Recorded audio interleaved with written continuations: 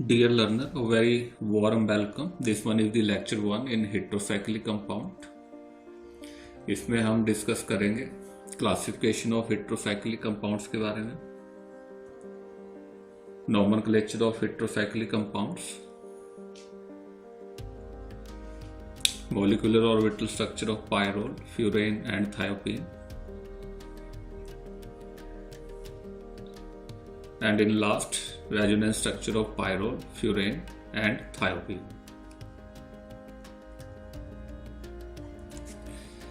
तो इंट्रोडक्शन के साथ शुरू करते हैं। हेट्रोसाइक्लिक कंपाउंड की अगर हम बात करें, these are the cyclic compound having an ring which will contains carbon, hydrogen and other elements. The common other elements are oxygen, nitrogen and sulfur. These are the common, and less common are phosphorus, arsenic, selenium, silicon and tin. जो most important heterocyclic compound है ये 5 membered या 6 membered aromatic heterocyclic compound है। और अगर हम simplest 5 membered heterocyclic की बात करें, हेट्रोसाइक्लिक कंपाउंड की बात करें तो पायरोल है, फ्यूरेन है और थायोपीन है। और 6 मेंबर्ड सिंपलेस्ट हेट्रोसाइक्लिक कंपाउंड जो है दैट इज द pyridines। इन सभी में एक एक हेट्रो एटम होता है।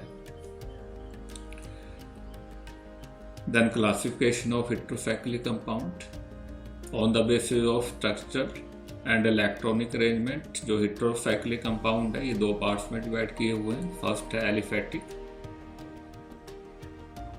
नॉन एरोमेटिक और एलिसाइक्लिक हेट्रोसाइक्लिक कंपाउंड।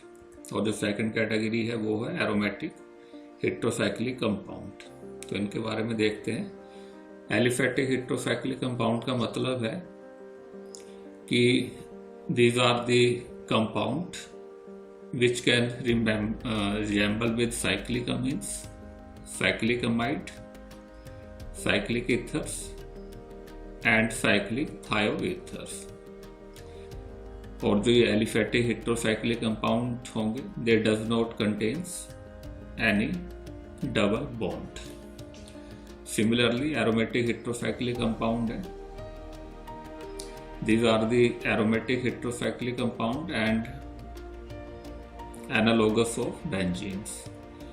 और इसके अलावा ये जितने भी एरोमेटिक हेट्रोसाइक्लिक कंपाउंड होंगे they will follow 4n+2 pi-electron or Huckel rules, and they are having the planar geometry,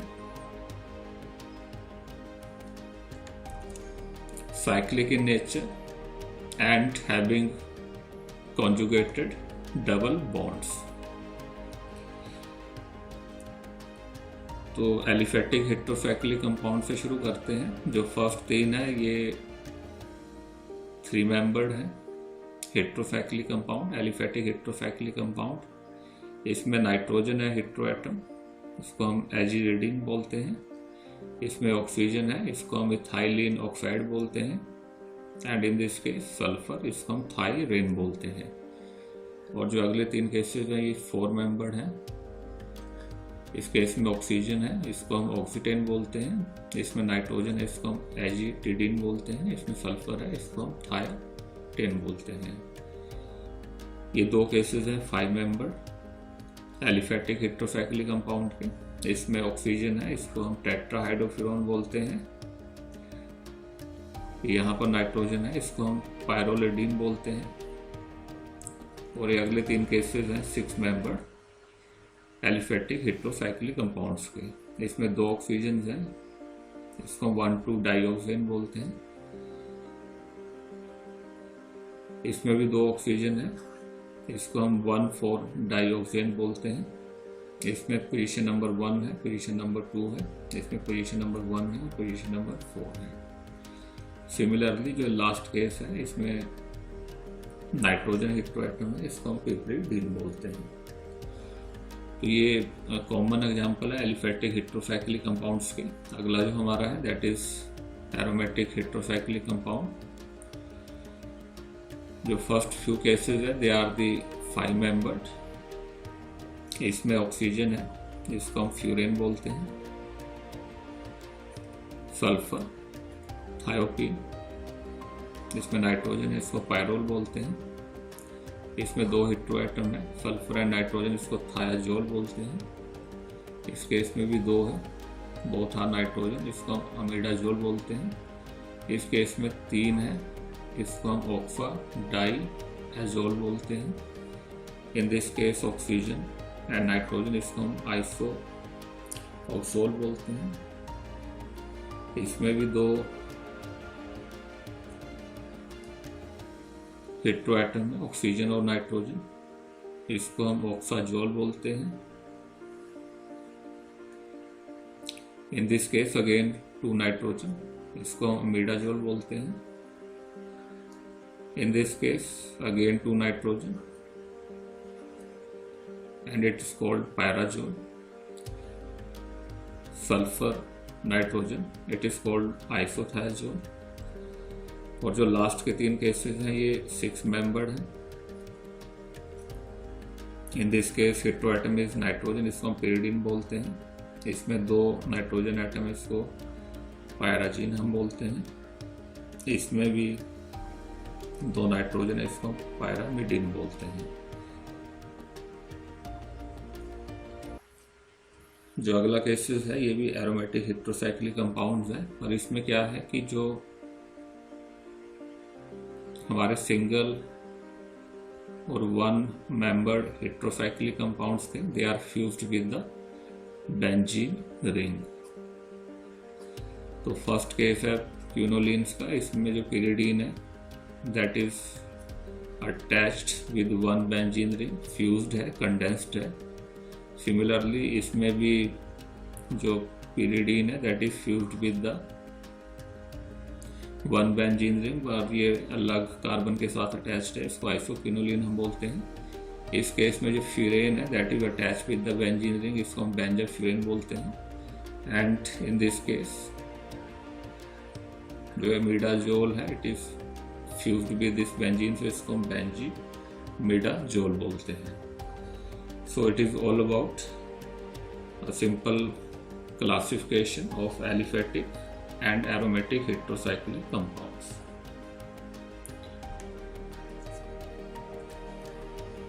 next है nomenclature of monocyclic heterocyclic compound. इसमें हमें कुछ पॉइंट्स हैं जो हमने याद रखने हैं, दिमाग में रखने हैं।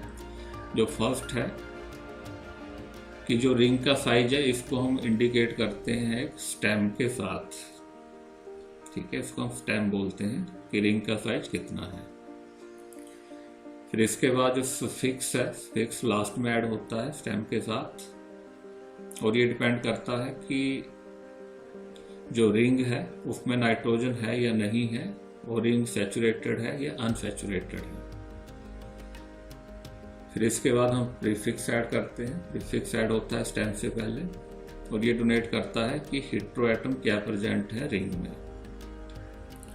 और इसके अलावा अगर 2 या 2 से ज़्यादा डिफरेंट हेट्रोएटम है किसी रिंग में, तो हेट्रोएटम जो हायर होगा पीरियोडिक टेबल में ग्रुप में, उसको हम फर्स्ट उसकी नेमिंग हम करेंगे।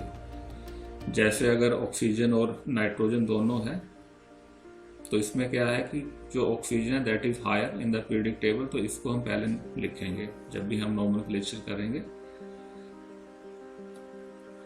अगला जो पॉइंट है ये बोलता है कि अगर 2 हेट्रोएटम सेम ग्रुप के हैं तो हेट्रोएटम जिसका एटॉमिक नंबर कम होगा उसको हम प्रेफर करेंगे। जैसे ऑक्सीजन और सल्फर दोनों है तो ऑक्सीजन को हम पहले लिखेंगे, और अगर नाइट्रोजन और फॉस्फोरस दोनों है तो हम नाइट्रोजन को पहले लिखेंगे।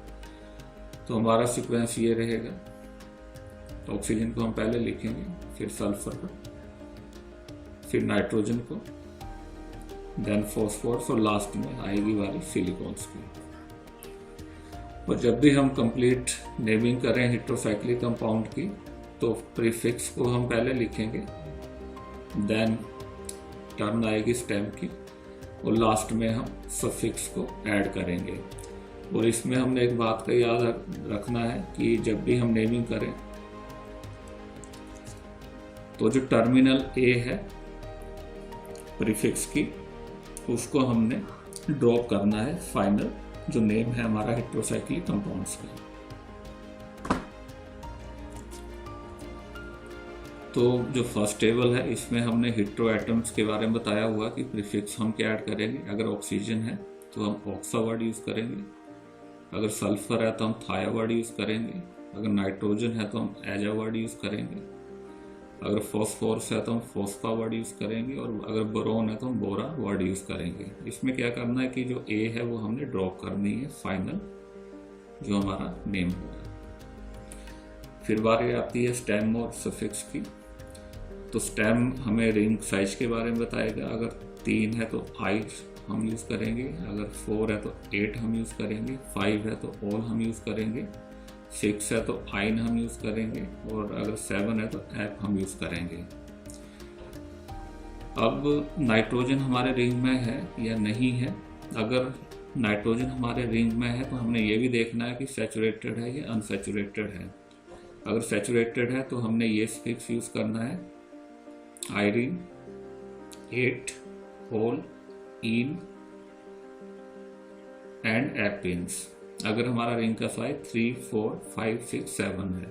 सिमिलरली अगर सिचुएशन ये है कि रिंग में नाइट्रोजन भी है और सैचुरेटेड है तो हम अगर 3 रिंग है तो आयोडीन यूज करेंगे, अगर 4 है तो एटिडीन यूज करेंगे, और अगर 5 है तो ओलिडीन सफिक्स यूज करेंगे। तो ये फर्स्ट सिचुएशन थी। दूसरी सिचुएशन में ये है कि रिंग अगर विदाउट नाइट्रोजन है और अनसैचुरेटेड है, तो अगर रिंग का साइज 3 है तो आयरीन हम यूज करेंगे, अगर 4 है तो 8 यूज करेंगे, 5 है तो ऑल यूज करेंगे, 6 है तो इन यूज करेंगे, और अगर 7 है तो एप यूज करेंगे।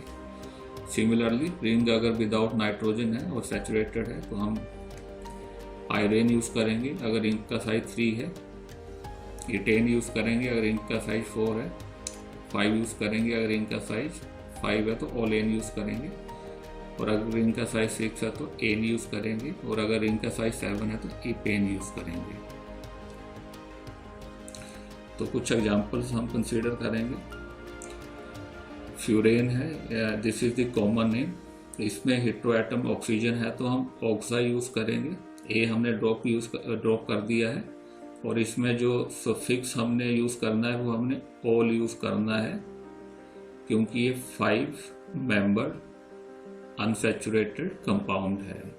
सिमिलरली इसमें सल्फर है हेटेरो एटम, तो हम थाई यूज करेंगे, ए हम ड्रॉप कर देंगे, और इसमें क्या है कि हमारा जो रिंग है वो अनसैचुरेटेड है, तो इसमें हम ऑल सफिक्स यूज करेंगे। सिमिलरली ये पाइरोल है, नाइट्रोजन इसमें हेटेरो एटम है तो हम एजा यूज करेंगे, प्रीफिक्स ए हमने ड्रॉप कर दिया, 5 मेंबर्ड है तो हम ऑल सफिक्स यूज करेंगे। And this one is the थायाजोल, common name इसका है, 2 इसमें हेटेरो एटम है, एक सल्फर है और एक नाइट्रोजन है। तो इसमें जो सल्फर है उसकी नेमिंग हमने पहले करनी है और नाइट्रोजन की नेमिंग हमने बाद में करनी है। तो 2 एटम ये फर्स्ट और थर्ड पोजीशन पर है तो इसको हम लिखेंगे फर्स्ट एंड थर्ड थाया सल्फर के लिए, अजोल नाइट्रोजन के लिए, ए हमने ड्रॉप कर दिया है, 5 मेंबर है, देन ऑल। लास्ट जो हमारा केस है ये पिरिडीन है, 6 मेंबर्ड है तो इसमें आइन हम यूज करेंगे। आइन इसलिए यूज करेंगे क्योंकि ये अनसैचुरेटेड है एंड रिंग विथ नाइट्रोजन। तो नाइट्रोजन इसमें है तो हम जो प्रीफिक्स यूज करेंगे वो यूज करेंगे एजा, ए हमने ड्रॉप कर दिया है, और इन हमने इसमें सफिक्स ऐड किया है क्योंकि ये अनसैचुरेटेड है, 6 मेंबर्ड है एंड रिंग विथ नाइट्रोजन। तो student, it is all about the nomenclature of the monocyclic हेटेरोसाइकल्स।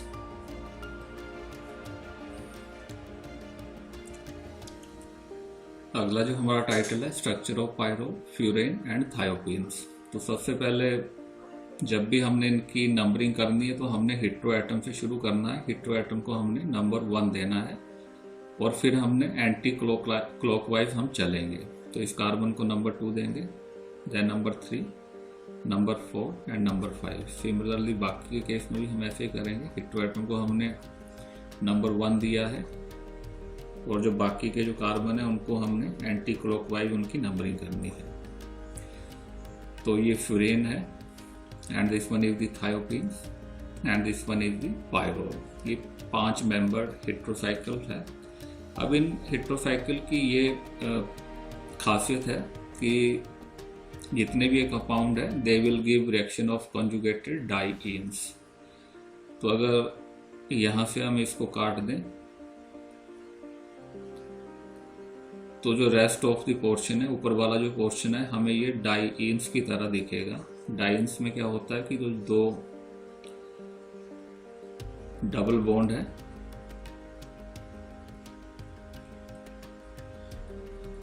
वो कंजुगेटेड फॉर्म में होंगे। ठीक है, ये 2 डबल बॉन्ड है और यहाँ पर एक सिंगल बॉन्ड है, इसको हम कंजुगेटेड डाइईन्स बोलते हैं। तो हेटेरोसाइक्लिक कंपाउंड में जो ज़्यादातर रिएक्शनें हैं वो कंजुगेटेड डाइईन से मिलती जुलती भी है।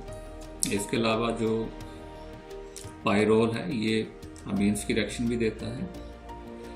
फ्यूरेन है ये रिएक्शन ऑफ ईथर्स भी देता है और जो थायोपीन है इस केस में हमें थायो ईथर्स की रिएक्शन भी देखने को मिलेगी। तो अगर इस पोर्शन को हम देखें तो ये ईथर से मिलता जुलता है, इस पोर्शन को अगर हम देखें थायो ईथर से मिलता जुलता है और इस पोर्शन को अगर हम देखें तो ये अमीन से मिलता जुलता है। और इसके अलावा ये जितने भी हेटेरोसाइकिल है they will undergo electrophilic substitution reaction. तो ये प्रॉपर्टी हमें ये बताती है कि इनका जो करैक्टर है वो एरोमेटिक है, क्योंकि इलेक्ट्रोफिलिक सब्स्टिट्यूशन रिएक्शन है वो इसकी बेंजीन से मिलती जुलती है। और जो लास्ट है, लास्ट में ये है कि they will also show few addition reaction. तो ये अलग अलग जो पॉसिबिलिटीज है रिएक्शंस की, पायरोल के केस में, फ्यूरेन के केस में और थायोपीन्स के केस में, उसके बारे में हमने इसमें डिस्कस किया।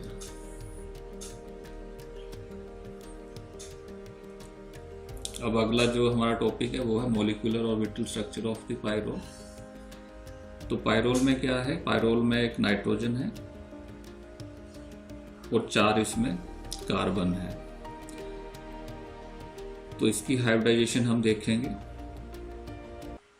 इसमें क्या है कि चारों जो कार्बन है वो sp2 हाइब्रिड है एंड सेम टाइम जो नाइट्रोजन है it is also sp2 hybrid. So in this slide we can discuss simply the hybridization in case of pyrrole. तो कार्बन से शुरू करते हैं। हमें पता है कि जो कार्बन है इसका एटॉमिक नंबर 6 है। तो हाइब्रिडाइजेशन क्या होगी, 1s2 2s2 2p2। Ground state में इसका इलेक्ट्रॉनिक कॉन्फ़िगरेशन होगा, 2 इलेक्ट्रॉन 2s में है और 2 इलेक्ट्रॉन 2p में है। और जब भी हाइब्रिडाइजेशन होती है तो वो होती है एक्साइटेड स्टेट में, ग्राउंड स्टेट में नहीं होती है। तो इसमें क्या होगा कि जो ये एक इलेक्ट्रॉन है ये ट्रांसफर करेगा फ्रॉम 2s टू 2p।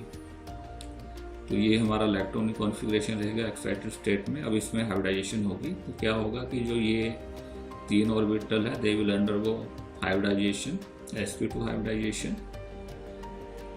और इसमें जो ये ऑर्बिटल है ये रिमेन अनहाइब्रिडाइज रहेगा, p ऑर्बिटल, और इसमें एक इलेक्ट्रॉन भी रहेगा। तो यहाँ पर 4 अगर कार्बन एटम है तो चारों के पास एक एक अनहाइब्रिडाइज ऑर्बिटल है। तो 4 अनहाइब्रिडाइज ऑर्बिटल है और इनके पास एक एक इलेक्ट्रॉन है। तो 4 इलेक्ट्रॉन यहाँ पर है।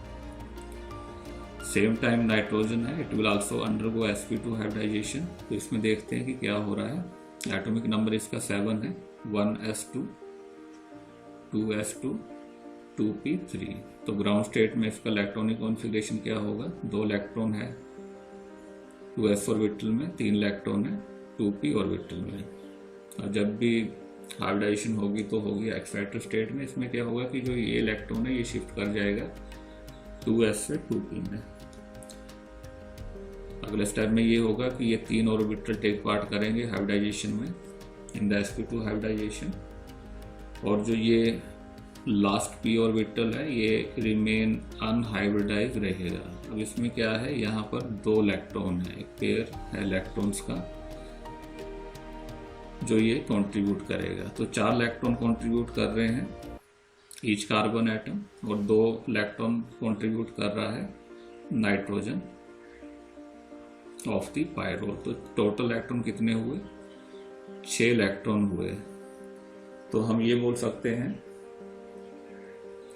कि जो पायरोल है ये 4n+2 रूल है, हक का रूल है, उसको ये फॉलो करता है, तो ये एरोमेटिक होगा नेचर्स में।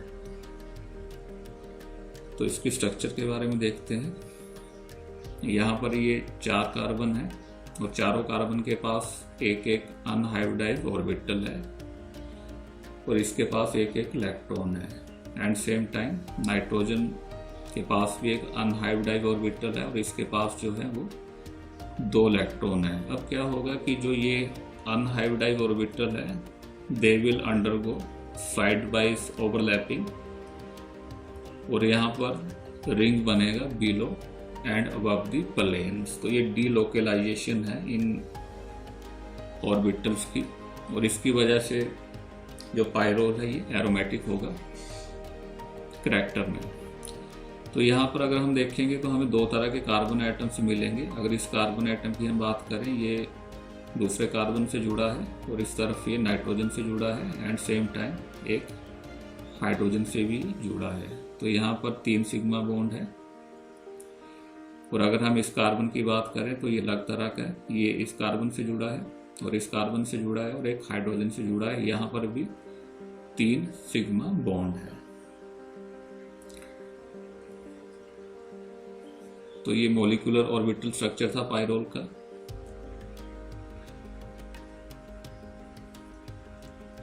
जो नेक्स्ट टॉपिक है हमारे इसी के साथ, why pyrrole is more reactive as comparison to the benzenes. तो इसके पीछे एक सिंपल सी बात है कि पायरोल के केस में 6 इलेक्ट्रॉन है 5 एटम के ऊपर, और बेंजीन के केस में क्या है, 6 इलेक्ट्रॉन है 6 एटम के ऊपर। तो अब क्या होगा कि पायरोल के केस में इलेक्ट्रॉन डेंसिटी ज़्यादा होगी क्योंकि 6 इलेक्ट्रॉन है वो है 5 एटम के ऊपर। इस स्लाइड में हम रेजोनेंस स्ट्रक्चर है पायरोल की, इसके बारे में डिस्कस करेंगे। तो स्ट्रक्चर नंबर 1 है, ये नॉर्मल है। इसमें क्या हो रहा है कि जो ये 2 इलेक्ट्रॉन है on the nitrogen, it will take part in the pi bond formation. इस तरफ पे शिफ्ट करेंगे। यहाँ पर ये फ्रेश पाई बॉन्ड आ गया और नाइट्रोजन पर आ गया पॉजिटिव चार्ज, और सेम टाइम जो ये पाई बॉन्ड है ये इस तरफ को शिफ्ट करेगा और यहाँ पर आ जाएगा negative charge. Structure number 2 will get form. अब आगे क्या होगा कि जो ये 2 इलेक्ट्रॉन है it will take part in the pi bond formation. यहाँ पर फ्रेश पाई बॉन्ड आ गया और सेम टाइम जो ये पाई बॉन्ड है इस तरफ को शिफ्ट कर जाएगा और यहाँ पर ये आ गया negative charge. Structure number 3 will get form. अब आगे क्या होगा कि 2 इलेक्ट्रॉन है it will take part in the pi bond formation. यहाँ पर एक फ्रेश पाई बॉन्ड आ गया और सेम टाइम जो ये पाई बॉन्ड है इस तरफ को शिफ्ट कर जाएगा और यहाँ पर आ गया negative charge. Structure number 4 will get form. Finally क्या होगा, these 2 electron it will take part in the pi bond formation. यहाँ पर पाई बॉन्ड आ गया फ्रेश और ये पाई बॉन्ड इस तरफ को शिफ्ट कर जाएगा, यहाँ पर आ गया negative charge. Structure number 5 will get formed. तो अगर हम स्ट्रक्चर नंबर 2, 3, 4 और 5 को देखें तो इसमें बिल्कुल क्लियर है कि जो नेगेटिव चार्ज है ये चारों कार्बन पर जा रहा है। तो रेजोनेंस हाइब्रिड है वो इस तरह से हम बनाएंगे, it will show the negative charge on all the 4 carbon and positive charge that is on the nitrogen। जो रेजोनेंस एनर्जी है पायरोल की ये है तकरीबन 92 किलोजूल पर मोल, और ये काफ़ी कम है as comparison to the benzene. Benzene की है 151 kilojoule per mole. Then evidence for resonance. अगर हम एक्सरे डिफ्रैक्शन स्टडीज करेंगे पायरोल्स की तो इसमें हमें क्या देखने को मिलेगा कि जो कार्बन नाइट्रोजन बॉन्ड है, पायरोल के केस में वो है 138 पिकोमीटर। और जो normal carbon nitrogen single bond होता है, इसकी जो बॉन्ड लेंथ है वो होती है 147 पिकोमीटर। और कार्बन नाइट्रोजन डबल बॉन्ड जो है नॉर्मल, उसकी होती है 128 पिकोमीटर। पर पायरोल के केस में जो आ रही वैल्यू वो आ रही है 138 पिकोमीटर। तो इसका सिंपल जो है ये है कि ये इंटरमीडिएट है डबल और सिंगल बॉन्ड में। तो हम ये बोल सकते हैं कि जो रेजोनेटिंग स्ट्रक्चर है पायरोल में वो एग्जिस्ट करती है। और इसमें जो रिंग है, जो डबल बॉन्ड है, वो डीलोकलाइज्ड है on the whole carbon atom and nitrogen atom. So it is the resonance structure of the pyrols. Next topic है molecular orbital structure of furans। इसमें क्या है कि जो नाइट्रोजन है उसकी जगह ऑक्सीजन है और बाकी जो 4 एटम है वो कार्बन है। तो यहाँ पर भी वही सिचुएशन है, चारों जो कार्बन एटम है उसके पास एक अनहाइब्रिडाइज्ड p ऑर्बिटल है विद 1 इलेक्ट्रॉन। तो इसमें देखते हैं क्या हो रहा है। एटॉमिक नंबर है कार्बन का 6, 1s2, 2s2, 2p2। Ground state में क्या होगा, 2 इलेक्ट्रॉन होंगे 2s ऑर्बिटल में, 2 इलेक्ट्रॉन होंगे 2p ऑर्बिटल में। हाइब्रिडाइजेशन के लिए हमें क्या चाहिए, हमें इलेक्ट्रॉनिक कॉन्फ़िगरेशन चाहिए एक्साइटेड स्टेट में। अब क्या होगा कि जो ये इलेक्ट्रॉन है प्रमोट करेगा 2s से 2p में। तो ये हमारा एक्साइटेड स्टेट में है। इसमें क्या होगा, ये 3 ऑर्बिटल है टेक पार्ट करेंगे हाइब्रिडाइजेशन में, sp2 हाइब्रिडाइजेशन में।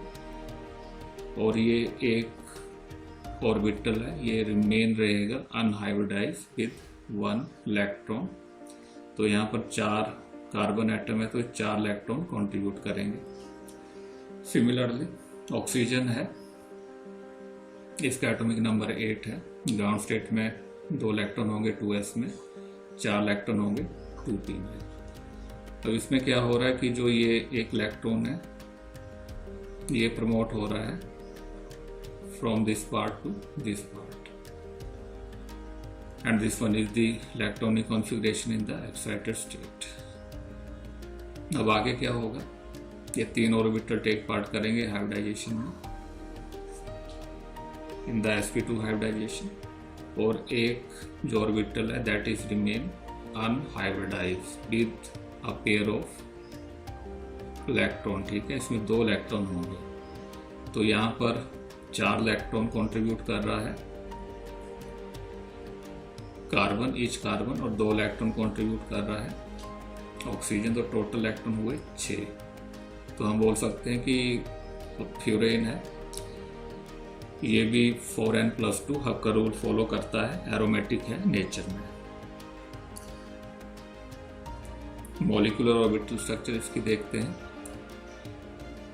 तो ये 4 कार्बन एटम है, ये कंट्रीब्यूट कर रहे हैं 4 electron with 1 unhybridised orbital. Same time 2 electron contribute कर रहा है ऑक्सीजन विद 1 अनहाइब्रिडाइज्ड ऑर्बिटल। अब क्या होगा कि ये 5 ऑर्बिटल साइड वाइज ओवरलैप करेंगे to give the ring below and above the plane. तो ये वजह बनती है एरोमेटिक कैरेक्टर की फ्यूरेंस की। तो यहाँ पर भी वही है, 2 तरह के कार्बन एटम है। ये कार्बन एटम इस कार्बन से जुड़ा है और यहाँ पर ये ऑक्सीजन से जुड़ा है और एक हाइड्रोजन से जुड़ा है। और जो ये कार्बन है ये अलग तरह का है, ये कार्बन से जुड़ा है, यहाँ भी कार्बन से जुड़ा है और एक हाइड्रोजन से जुड़ा है। तो 3 सिग्मा बॉन्ड है। इस स्लाइड में हम रेजोनेंस स्ट्रक्चर डिस्कस करेंगे फ्यूरेंस की। तो इसमें क्या होगा, this one is structure number 1, normal structure है फ्यूरेंस का। ये जो 2 इलेक्ट्रॉन है ये टेक पार्ट करेंगे इन द रेजोनेंस, ये इस तरफ को शिफ्ट करेंगे। फ्रेश पाई बॉन्ड यहाँ पर आ जाएगा और positive charge that come on the oxygen. Same time क्या हो रहा है, ये पाई बॉन्ड इस तरफ को शिफ्ट करेगा, नेगेटिव चार्ज आ गया इस कार्बन पर। Structure number 2 will get formed. अब आगे क्या होगा, जो ये लोन पेयर है ये टेक पार्ट करेंगे पाई बॉन्ड फॉर्मेशन में। यहाँ पर फ्रेश पाई बॉन्ड आ गया और जो पाई बॉन्ड है सर्फ को शिफ्ट कर जाएगा, नेगेटिव चार्ज आ गया यहाँ पर, structure number 3 will get formed. Then next, now this lone pair it will take part in the pi bond formation और जो पाई बॉन्ड है सर्फ को शिफ्ट करके यहाँ पर फ्रेश पाई बॉन्ड आ गया और यहाँ पर नेगेटिव चार्ज आ गया, structure number 4 will get formed. और लास्ट में क्या होगा, अभी जो लोन पेयर है it will take part in the pi bond formation और जो पाई बॉन्ड है इस तरफ को शिफ्ट करेगा, तो फ्रेश पाई बॉन्ड यहाँ आ गया, नेगेटिव चार्ज हमारा यहाँ आ गया, structure number 5 will get formed. तो इसमें क्या है कि जो स्ट्रक्चर नंबर 2, 3, 4, 5 है इसमें 4 सेपरेशन हो रहा है, इनका कंट्रीब्यूशन कम है as comparison to the structure number 1 जिसमें किसी तरह का 4 सेपरेशन नहीं है। तो जो नेगेटिव चार्ज है वो चारों कार्बन पर जा रहा है और जो पॉजिटिव चार्ज है that is remain on the oxygen. Resonance energy इसकी 72 किलो जूल पर मोल है और ये काफी कम है as comparison to the benzene. Then come to the evidence for resonance. Furan के केस में ये देखा गया है कि जो कार्बन ऑक्सीजन बॉन्ड है ये 137 पिकोमीटर है और ये काफ़ी कम है, शॉर्टर है as comparison to the normal carbon oxygen bond single bond जिसकी बॉन्ड लेंथ है 143 पिकोमीटर। तो हम ये बोल सकते हैं कि जो कार्बन ऑक्सीजन बॉन्ड है फ्यूरेन में इसमें कुछ ना कुछ डबल बॉन्ड करैक्टर है। Then molecular orbital structure of thiophenes, इसमें ऑक्सीजन की जगह सल्फर आ गया।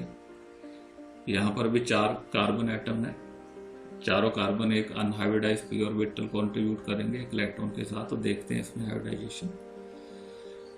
एटॉमिक नंबर इसका 6 है, 1s2, 2s2, 2p2। Ground state में 2 इलेक्ट्रॉन 2s में होंगे, 2 इलेक्ट्रॉन 2p में होंगे। हाइब्रिडाइजेशन हमेशा होती है एक्साइटेड स्टेट में, तो ये इलेक्ट्रॉन यहाँ से यहाँ शिफ्ट करेगा। अब क्या होगा कि जो ये 3 ऑर्बिटल है ये टेक पार्ट करेंगे in the hybridisation, sp2 hybridization, और जो एक ऑर्बिटल है वो रिमेन अनहाइब्रिडाइज रहेगा विद 1 इलेक्ट्रॉन। तो 4 कार्बन एटम में 4 इलेक्ट्रॉन ये कंट्रीब्यूट करेंगे। अब सल्फर के केस में क्या हो रहा है, इसके पास 3s में जो है वो 2 इलेक्ट्रॉन है, 3p में 4 इलेक्ट्रॉन है ग्राउंड स्टेट में। अब क्या होगा, ये इलेक्ट्रॉन यहाँ से यहाँ शिफ्ट करेगा।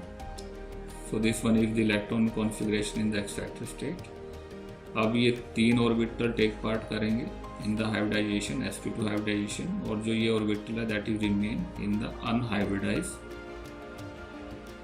फॉर्म और इसके पास 2 इलेक्ट्रॉन रहेंगे। तो 4 इलेक्ट्रॉन कंट्रीब्यूट कर रहे हैं चारों कार्बन एटम और 2 इलेक्ट्रॉन कंट्रीब्यूट कर रहे हैं सल्फर, तो 6 इलेक्ट्रॉन यहाँ पर होंगे। तो हम बोल सकते हैं कि ये थायोपीन के केस में एरोमेटिक रिएक्टर की वजह बनेगा, इसकी वजह से एरोमेटिक रिएक्टर होता है थायोपीन्स का। इसके मॉलिक्यूलर ऑर्बिटल पिक्चर देखते हैं। तो 4 कार्बन एटम है, चारों कार्बन के पास एक एक अनहाइब्रिडाइज्ड ऑर्बिटल है और एक एक इलेक्ट्रॉन इसमें है। और सेम टाइम जो ये 3p ऑर्बिटल है सल्फर का, इसके पास 2 इलेक्ट्रॉन है, ये भी अनहाइब्रिडाइज्ड ऑर्बिटल है। तो अब ये 5 unhybridized orbital side wise overlapping करेंगे और एक इलेक्ट्रॉन क्लाउड बनाएंगे above and below the plane. तो ये डीलोकलाइजेशन है पाई इलेक्ट्रॉन क्लाउड्स की। अब इसमें भी वही है, 2 तरह के कार्बन एटम है। ये कार्बन एटम इधर कार्बन से जुड़ा है और इधर सल्फर से जुड़ा है और हाइड्रोजन से जुड़ा है, 3 सिग्मा बॉन्ड है। और इस कार्बन एटम की बात करें तो ये लग गए, ये कार्बन से जुड़ा है, यहाँ कार्बन से जुड़ा है, यहाँ हाइड्रोजन से जुड़ा है, यहाँ भी 3 सिग्मा बॉन्ड है। रेजोनेंस स्ट्रक्चर देखते हैं थायोपीन्स की। स्ट्रक्चर नंबर 1 है दैट इज द नॉर्मल। अब इसमें क्या होगा कि जो ये लोन पेयर है सल्फर पर, ये टेक पार्ट करेगा रेजोनेंस में, इस सल्फर को शिफ्ट करेगा, फ्रेश पाई बॉन्ड यहाँ पर आ गया, पॉजिटिव चार्ज सल्फर पर आ गया। और सेम टाइम जो ये बॉन्ड है इस सल्फर को शिफ्ट करेगा, नेगेटिव चार्ज इस कार्बन पर आ गया, structure number 2 will get formed. अब आगे क्या होगा कि जो ये दो इलेक्ट्रॉन है it will take part in the pi bond formation. Fresh pi bond यहाँ आ गया और ये पाई बॉन्ड इस तरफ को शिफ्ट करेगा, नेगेटिव चार्ज हमारा यहाँ आ गया, structure number 3 will get form. अब आगे क्या होगा, ये लोन पेयर टेक पार्ट करेगा पाई बॉन्ड फॉर्मेशन में, फ्रेश पाई बॉन्ड यहाँ आ गया और सेम टाइम ये पाई बॉन्ड इस तरफ को शिफ्ट करेगा, नेगेटिव चार्ज यहाँ आ गया, positive charge will get this structure number 4 will get form. Last case में क्या होगा कि जो ये दो इलेक्ट्रॉन है it will take part in the pi bond formation और ये पाई बॉन्ड इस तरफ को शिफ्ट करेगा, fresh pi bond formed between these two carbon, negative charge हमारा इस कार्बन पर आ गया, structure number 5 will get formed. तो इसमें भी वही केस है, स्ट्रक्चर नंबर 2, 3, 4, 5 में चार्ज सेपरेशन हो रही है तो ये कम स्टेबल है, इनका कंट्रीब्यूशन कम है और स्ट्रक्चर नंबर 1 का कंट्रीब्यूशन ज़्यादा है। अब इसमें जो चारों कार्बन है, चारों कार्बन पर नेगेटिव चार्ज जा रहा है और जो पॉजिटिव चार्ज है that is remain on the sulphur. तो इस केस में जो रेजोनेंस एनर्जी है वो 125 किलो जूल पर मोल है और ये भी काफ़ी कम है as comparison to the benzene. Now the evidence for resonance. अब इसमें क्या है कि जो कार्बन सल्फर बॉन्ड है थायोपीन के केस में इसकी बॉन्ड लेंथ है 171 पिकोमीटर और अगर हम normal carbon sulphur single bond की बात करें तो ये 183 पिकोमीटर है। तो हम ये बोल सकते हैं कि जो कार्बन सल्फर बॉन्ड है थायोपीन के केस में इसमें कहीं ना कहीं डबल बॉन्ड करैक्टर है क्योंकि इसकी जो वैल्यू है वो कम है as comparison to the carbon sulphur single bond.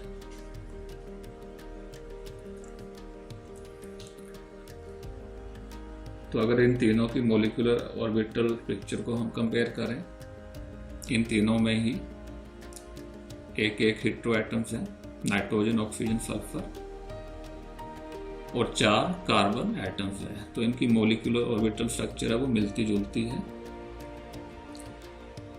इन तीनों के पास 6 पाई इलेक्ट्रॉन है और ये 6 के 6 पाई इलेक्ट्रॉन कंट्रीब्यूट करेंगे इन द रिंग फॉर्मेशन। तो ये एरोमेटिक्स हैं तीनों ही।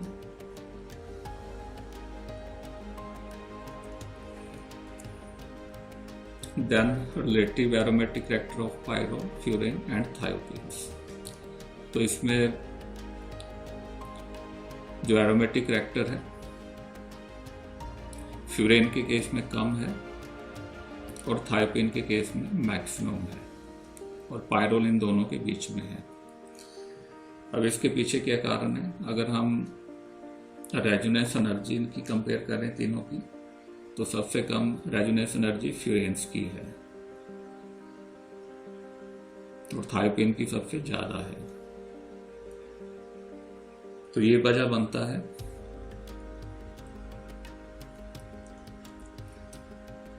कि थायोपीन जो है it is near to the benzene in aromatic characters.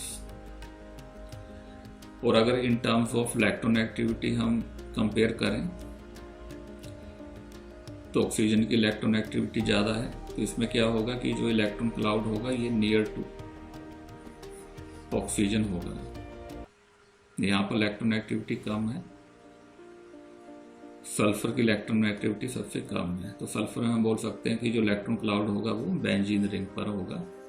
तो ये सेकंड वजह है कि जो थायोपीन है वो ज़्यादा है एरोमेटिक रिएक्टर में as comparison to the pyrrole than furanes। So student, this one is the first lecture in heterocyclic compound